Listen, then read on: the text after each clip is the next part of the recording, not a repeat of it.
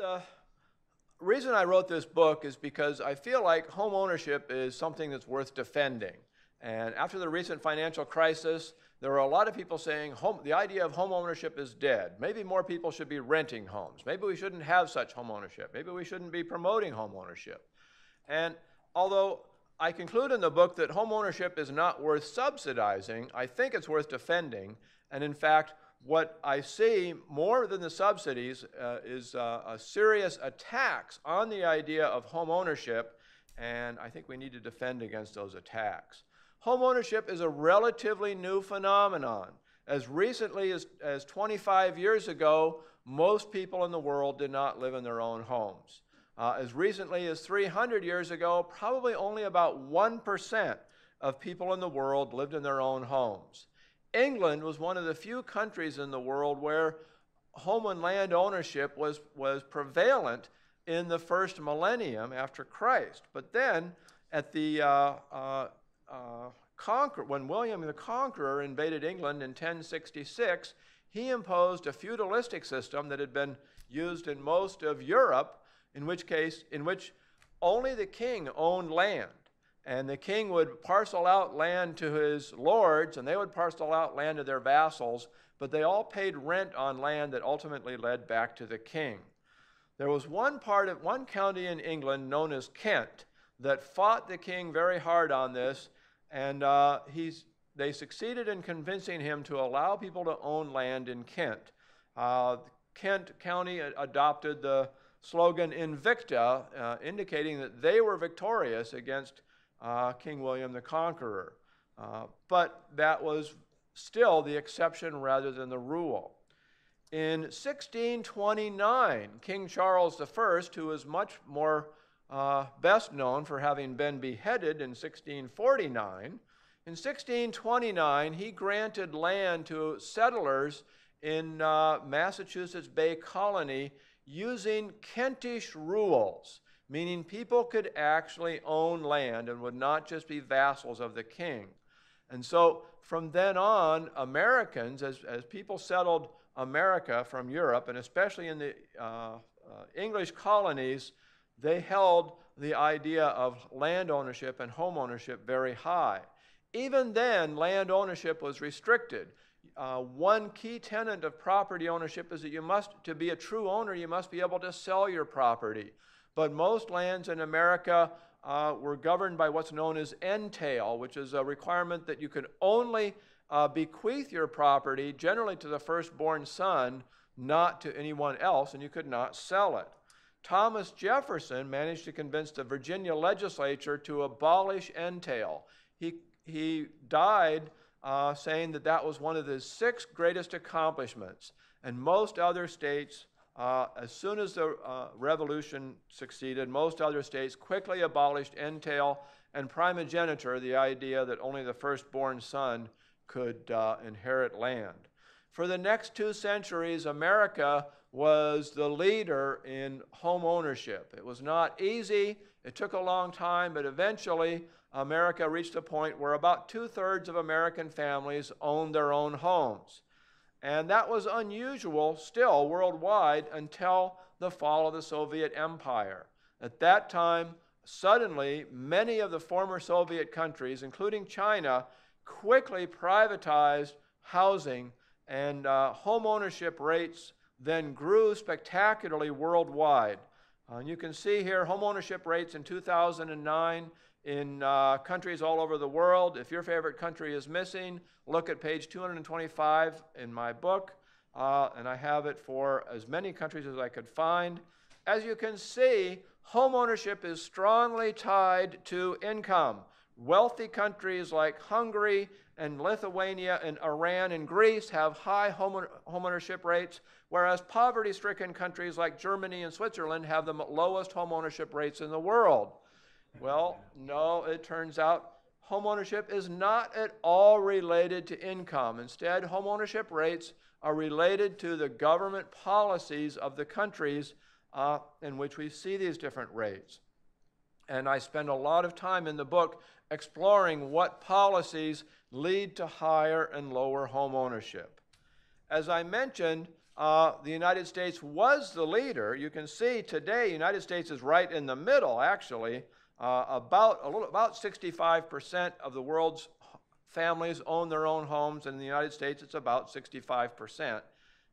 But when it was the leader, Hernando de Soto, in The Mystery of Capital, said that home ownership rates were one of the reasons why Americans were so wealthy.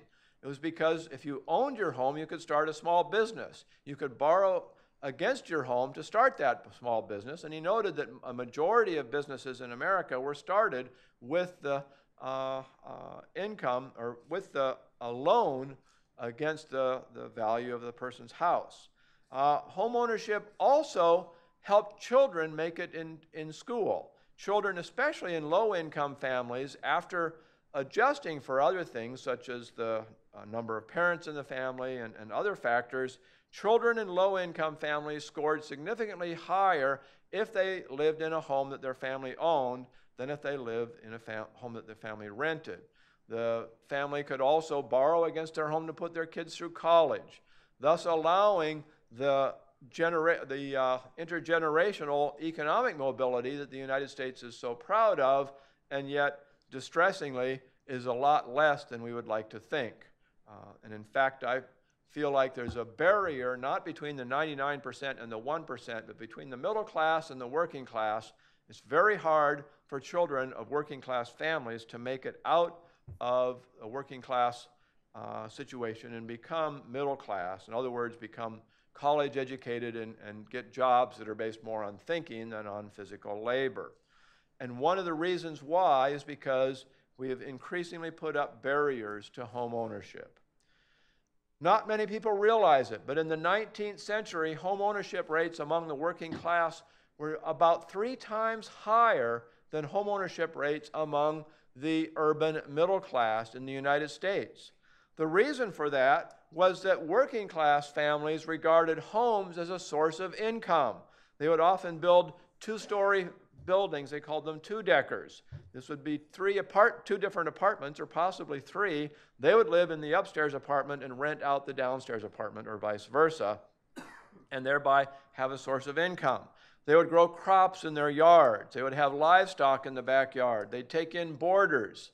The Census Bureau in the 1890 census found homes in Detroit that had 5 families with a total of 28 people because the owner of the home was taking in boarders. They would have in-home businesses. And at that time, it was very cheap to buy a house. There was a home builder in Chicago who was selling houses for anywhere from $100 to $1,000. The higher cost was mainly if you hooked up to sewer and water. If you didn't need to be hooked up to sewer and water, you could get a home fairly cheap. And you can find these houses still today in Chicago. They're a little more expensive today, but they are among the more affordable homes in Chicago. The middle class did not see a home as a source of income, and so they did not regard home ownership as that important. In fact, they feared home ownership. Why? Because if you bought a home, you didn't know who was going to move in next door to you. You might have somebody move in next door who would have backyard livestock and take in boarders of disputable repute. They might make more noises. They might make foods with strong smells that you don't like, because at that time, working class had a lot of immigrants who had made foods with garlic and strong cheeses and things like that, whereas the middle class tended to be Anglo-Saxon and ate a rather bland diet. So the middle class, lacking that protection, tended to rent their home so that they could move if somebody they didn't like moved in next door. Now, there were some very low-income people in the 1890s and 80s who lived in very high densities, particularly in New York City. We didn't see this in other cities as much. They lived in very high density tenements. They tended to be 5- and 6-story buildings. They were very narrow. They had virtually no windows except for opening on little air wells that were in the buildings, but they offered very little light, and people would throw their garbage out, and so they ended up smelling a lot. But if you lived in New York City, you probably had a job in a high-density factory, and you probably couldn't get there except on foot, so you had to live in fairly high densities. And a series of photographs published of these high-density tenements raised a lot of concerns about housing in America at the turn of the 20th century. And the two big questions in people's minds were, how do we make sure that lower-class people have better housing?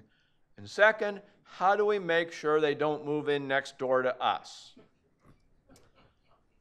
Well, the second question was answered first. And that answer was initially through the use of protective covenants. So developers of suburbs would put protective covenants on their suburbs. And one of the pioneers was a man named J.C. Nichols, who developed suburbs in Kansas City.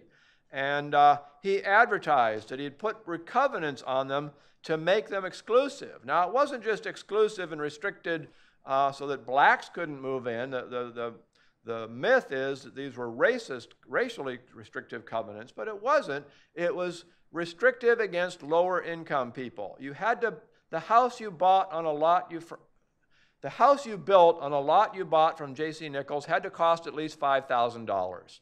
This is at a time when a working class house would cost $1,000 if they could afford it. So he made housing unaffordable for the working class, and that's how he made his tracts exclusive.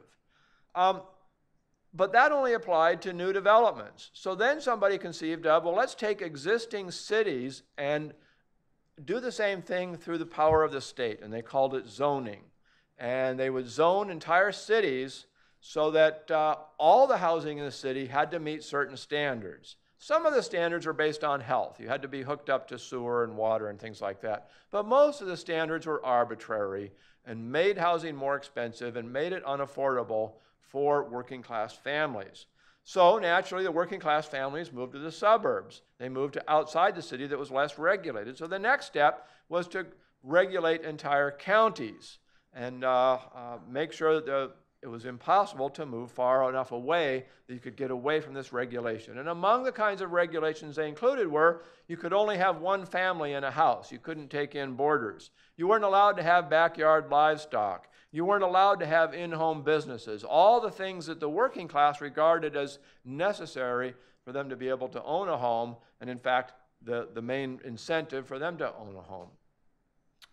Unfortunately, this middle-class scheme to retain home ownership as their exclusive domain was foiled primarily by Henry Ford, who developed the moving assembly line for building cars, making cars so affordable and, incidentally, doubling worker pay that workers could afford to buy cars and drive out to the suburbs. Also, the factories moved out to the suburbs because the moving assembly line factories required a lot of land. And so you had to be able to drive to get to the factory because they were out in the suburbs. And so you bought a car, and then you bought a house in an area that was unregulated, and you lived in that house. At the same time, there were other kinds of innovations. There were financial innovations. In the 19th century, if you wanted to buy a house, you had to pay at least 50% down payment because you got the deed to the house when you bought it. And it wasn't until about 1890 that somebody thought up the idea, let's not give the deed to the buyer. We'll let somebody buy it for a 10 or 20% down payment, but until they pay off 80 or 90% or 100% of the house, I'll keep the deed for myself. So that allowed people to buy a house with a low down payment. Also, in the 19th century, most loans were, you paid off the interest, and then you had a balloon payment at the end of 5 years. They were typically a 5-year loan, and you only paid interest. You did not pay down the principal. And somebody came up with the idea of an amortizing loan, where you paid interest and principal each month, and after 2 or 3 years, you'd pay more of your pay would be going for the principal, and less would be going for the interest because you had a smaller principal left. And what were called building and loan societies, later named savings and loan societies, promoted these amortizing loans. We also had construction innovations in the early part of the 20th century. Some construction companies applied Henry Ford's assembly line techniques to building homes. These were most strongly developed after World War II, but even before the war, there were some companies that would have one crew that did nothing but lay foundations, another crew that did nothing but frame the house, another crew that did nothing but put up walls, another crew that did nothing but install the electrical and plumbing, and another crew that did nothing but paint. Those kind of assembly line techniques reduced the cost of housing, and there were even kit homes. You could buy homes from Sears Roebuck's or Montgomery Ward's, and they'll just send you all the pieces, and some assembly would be required. Those things, particularly the financial innovations, but also the construction innovations, allowed the working class to overcome the barriers that the middle class had put on home ownership. And we saw a huge increase, particularly in urban home ownership rates after World War II, from about 40% to 60% of American families lived in homes that they owned. That 20% increase, which you notice flattened out in the 1960s, that 20% increase is basically working class families being able to move into homes that they could own themselves despite the middle class barriers. So naturally, the middle class thought up more barriers. They declared that there was an evil in the country known as urban sprawl. And we needed to fight this evil with a war on sprawl. Now, it was okay when wealthy people moved to suburbs. It was okay when middle class people moved to suburbs. But when working class people started moving to suburbs, suddenly it wasn't okay anymore. Basically, they fought the war on sprawl by convincing many states and a number of urban areas to create urban growth boundaries around cities. This is my former hometown of Portland. The urban growth boundary encompasses about 24 cities and unincorporated parts of 3 counties. Outside the boundary, you can see the boundaries on in the middle, and on one side we have urban land, on the other side we have farmland. Outside the boundary in Oregon, you cannot build a house on your own land unless you own 80 acres, you actually farm it, and you actually earn $80,000 a year farming it. They are very proud to note that Oregonians have only built 100 houses per year since those rules were passed in rural areas.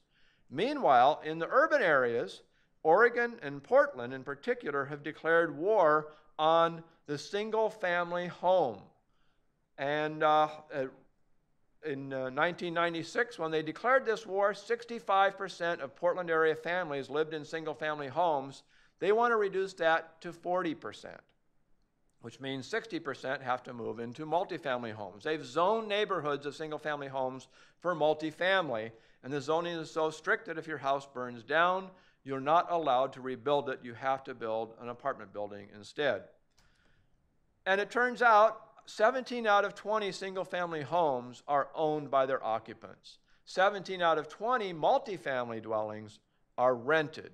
And so a war on single-family homes is a war on home ownership as well. This is the kind of multifamily homes they're building in Portland, except, that's not in Portland. That's actually in the former East Germany. Here's the one in Portland that they're building. The difference is that as soon as the East Germans got their freedom, they all moved out to single-family homes, and so the building I just showed you was about to be demolished. Whereas Portlanders have lost their freedom to buy affordable single-family homes, and so a lot more Portlanders are moving into places like this, whether they want to or not. Now, if there are no land use regulations, housing supply is what economists call elastic, which means the supply curve is almost horizontal. So if the government increases the demand by lowering interest rates, or by passing a mortgage interest deduction, or by making subprime loans more available, the increase in demand does not change the price of housing. All it does is lead home builders to build more homes. The price of housing remains unchanged. However, if you restrict supply, if you make it really hard to build new single-family homes, if you put in a delaying process, making it take 5 or 6 years or more to get permits to build those homes, you end up with what economists call an inelastic supply curve. So a very small change in demand can lead to a very large change in price. And this is exactly what's happened in those states that have followed the war on sprawl. We can get information from Coldwell Banker, which each year publishes the average cost in cities all around the country of a it says 205 square meter. It's a 2,200 square foot, 4-bedroom, 2.5 bath home with a family room and a two-car garage in a neighborhood that they considered to be suitable for a middle manager, in other words, a middle-class family. So this is a home like that in Houston. It recently sold in 2005 for $149,000. As of 2006, they said it was worth $155,000. 2006, of course, was the peak of the housing bubble. By 2010, that price had fallen to $187,000. Well, I guess it increased to $187,000 in Houston. Houston has no land use restrictions. It has no zoning. The counties in Texas aren't even allowed to zone. So there was no bubble in Houston. Housing prices did not increase significantly when there was supposedly a national housing bubble. And housing prices did not fall significantly after the crash. Portland was very different. In the midst of the bubble, housing prices, as a result of the bubble, housing prices had quadrupled from their price just a few years before. And as of 2010, they had only declined a little bit, but they had declined. Now, how come it's not showing? There we are. They declined a little bit, but they had declined. They've declined even more since then. Oregon's bubble peaked a little bit after California's. The biggest bubble was in California. 2006, this home was worth $1.4 million. In San Jose, it fell to less than half of that by 2010. San Francisco, almost $1.4 million, fell to $800,000 in 2010. So when you have supply restrictions introduced at the local level, meanwhile the federal government is trying to promote home ownership, you get a perverse effect. You get, instead of more home ownership, more houses, you get higher prices. The higher prices actually reduce home ownership rates. So studies have shown that the mortgage interest deduction nationwide has almost no effect on home ownership, because while it does boost home ownership in places like Texas and North Carolina where they don't have housing restrictions, it actually reduces home ownership in places like California and Oregon where we have these housing restrictions. There's an index of income inequality called the Gini index. The lower the better, because the more income equality we have. And we can see in the United States, we had our lowest levels of income inequality in the 1960s, which was the time when there was very little land use restrictions. The middle class, or the working class, was fast catching up to the middle class. They were owning the same kinds of homes, driving the same kinds of cars, wearing the same kinds of clothes, and yet middle class and working class tastes were still very different, and there were still cultural clashes, which is why I think the middle class promoted the war on sprawl. I'm sorry to say that income inequality has increased since then to be much higher, and I think that the barriers that the middle class has put in against home ownership have contributed to that increase in inequality. I feel like that we don't have as mobile a society as we'd like to think. We like to think that somebody can be working class and their children can be middle class. But as one indicator of that, the last American president who came from a working class family was not Obama or Bush or Clinton, but James Garfield, which was a long time ago. Every American president since then has had a middle-class background. We can look and see which states passed these laws that tried to create a war on sprawl, and see that the states that passed the laws also are the ones that had the housing bubbles. California, Oregon, and Washington had laws. Nevada and Massachusetts are kind of special cases. They didn't have a statewide law, but in Nevada, almost all the land is federal, and restrictions on sales of that land led to increased housing prices in the 2000s. In Massachusetts, they gave up on the idea of county government, so cities control everything, and that effectively became a growth management plan. So we see we had huge housing bubbles in cities and states that had these kinds of restrictions, and yet here's what housing prices look like in cities and states that did not have these restrictions. Basically, there was some increase in prices, but it was not very big. And after the economic crash, there was a slight decrease in prices, but not very much. And the decrease came after the financial collapse, not after the housing bubble was pricked in other states. We can see here, state by state, the peak of the prices in the states that don't have housing bubbles took place several years after the peak in the places that do have housing bubbles. So my message is, I don't think we need to subsidize housing. I do think we need to defend home ownership. I think we need to defend it against those who want to somehow to create a war on sprawl because they don't like the people who are moving in next door. And that's what the book is all about. Thank you very much. Adrian's going next. Yes, Adrian.